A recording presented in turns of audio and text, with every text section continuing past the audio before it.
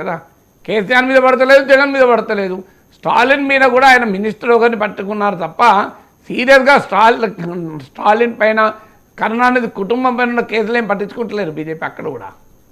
So ఏంటి clear message ఏం పెడుతుంది కేసీఆర్ అయినా జగన్ అయినా, ఇవాళ కాబట్టి రేపైనా మాకు మిత్రులు, వాళ్ళతో మేము ఎందుకు పెట్టుకుంటాం.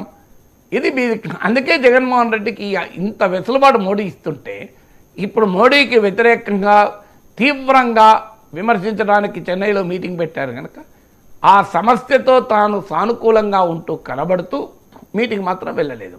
సో అందువల్ల డీలిమిటేషన్ ప్రక్రియ దక్షిణాదికి అన్యాయం జరగకుండా చూడండి అని ఒక లేఖ రాశాడు. చంద్రబాబు నాయుడు కూడా కనీసం ఆ లేఖ కూడా రాయలేదు, అది వాదేసేది.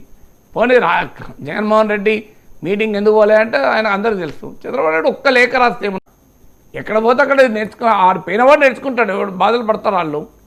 అందుకొరకు అందరినీ నేర్పడం, జర్మనీ పోతాను జర్మనీ నేర్చుకోవాలి, జపనీస్ పోతే జపాన్ నేర్చుకోవాలి, ఎవరికి అవసరం ఉందో వాళ్ళు నేర్చుకుంటారు. చంద్రబాబు నాయుడు చెప్తున్నారు కదా నాలెడ్జ్ కాదు కమ్యూనికేషన్ అని.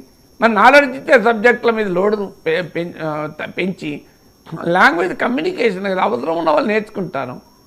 హిందీ నేర్చుకోవద్దని ఎవరంటున్నారు, హిందీ వద్దని ఎవరు అనడం లేదు. హిందీని బలవంతంగా రుద్దకండి అంటున్నారు అంతే. త్రిభాషా సూత్రం అనేది ఆ రోజుల్లో పెట్టినప్పుడు ఇంత మ్యాథమెటిక్స్ అవసరం లేకుండే, ఇంత సైన్స్ అవసరం లేకుండే. మీరు ఒక త్రిభాషా సూత్రం వచ్చినటువంటి 60 ఏళ్ళ క్రితం అప్పుడు ఇంత సైన్స్ డెవలప్ అయిందా అండి? అప్పుడు ఇంత అవసరం ఉందా? ఇప్పుడు ఉదాహరణకు కంప్యూటర్ నేర్పుతున్నాం మనం 5వ తరగతి 6వ తరగతి 7వ తరగతి నుంచే కోడింగ్ నేర్పుతామంటున్నారు. అప్పుడు ఇవన్నీ ఉన్నాయా? అప్పుడున్న మ్యాథమెటిక్స్ ఎంత, అప్పుడున్న సైన్స్ ఎంత, అప్పుడున్న టెక్నాలజీ ఎంత.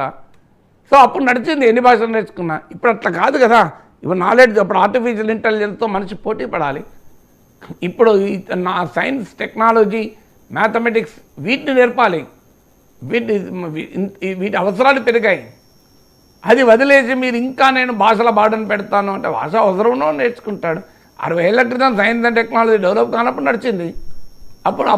ఇప్పుడు కాగ్నిటివ్ బర్డన్ పెరిగింది పిల్లలపైన, లెర్నింగ్ బర్డన్ పెరిగింది కదా. పెరిగినప్పుడు ఈ బర్డన్ ఎందుకు అంటున్నాం? అందరం చెప్పేది అదే. మీరు అది ఉత్తరప్రదేశ్ వాళ్ళకు 2 భాషలు నేర్చుకుంటారు, మనం మాత్రం 3 భాషలు 30 భాషలు నేర్చుకోవాలంటాం. Right sir. కూటములు శాశ్వతం కాదు, రాజకీయాల్లో శాశ్వత మిత్రులు శాశ్వత శత్రువులు కూడా ఉండరు. పవన్ కళ్యాణ్ 2014లో టీడీపీకి సపోర్ట్ చేశారు, 2019లో సెపరేట్గా పోటీ చేశారు, 2024లో మళ్ళీ కూటమిగా జతకట్టిన పరిస్థితి. సో పవన్ కళ్యాణ్ అధికారంలోకి వచ్చిన తర్వాత 2024 ఎన్నికల తర్వాత ఆయన డిప్యూటీ సీఎం అయిన తర్వాత మిత్రపక్షం తెలుగుదేశం పార్టీకి ఆయన ఇచ్చే సిగ్నల్స్ ఒక్కొక్కసారి ఒక్కొక్క రకంగా ఉంటూ ఉన్నాయి సార్. ఫర్ ఎగ్జాంపుల్ హోంమంత్రి అనిత విషయంలో మీకు చేత కాకపోతే చెప్పండి, మేమే చూసుకుంటామని చెప్పడం. ఆ తర్వాత తిరుపతి తొక్కిసలాట ఘటనలో తానే స్వయంగా క్షమాపణలు చెప్పడం.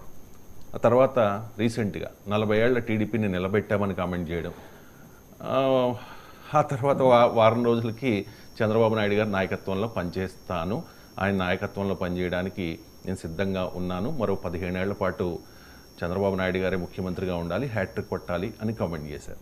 ఏంటి సార్ పవన్ కళ్యాణ్ టీడీపీకి ఇచ్చే సిగ్నల్స్ చాలా డిఫరెంట్గా ఉన్నాయి. డిఫరెంట్గా ఏమీ లేదు. దాని సారాంశం ఒకటే ఏంటంటే తెలుగుదేశంతో పొత్తులో ఉన్నాం.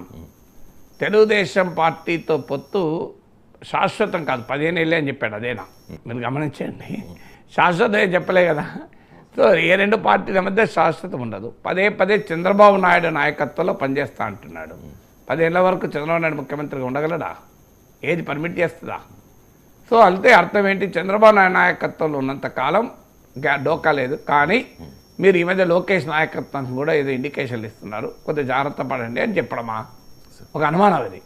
సో ఎందుకంటే ఈ మధ్య కాలంలో తెలుగుదేశం వల్ల ప్రచారాస్త్రాలు ఉన్నాయి. నా మీద కార్టూన్ వేశారు, 2 బాణాలు వేసుకొని రామలక్ష్మణులు విశ్వామిత్రుడుగా చంద్రబాబు నాయుడు యజ్ఞం చేస్తుంటే రాక్షసులాగా నేను ఆ యజ్ఞాన్ని ధ్వంసం చేస్తున్నాను, నాలాంటి రాక్షసులను ఎదిరించడానికి రామలక్ష్మణులు బాణాలు వేసుకొని వచ్చారు.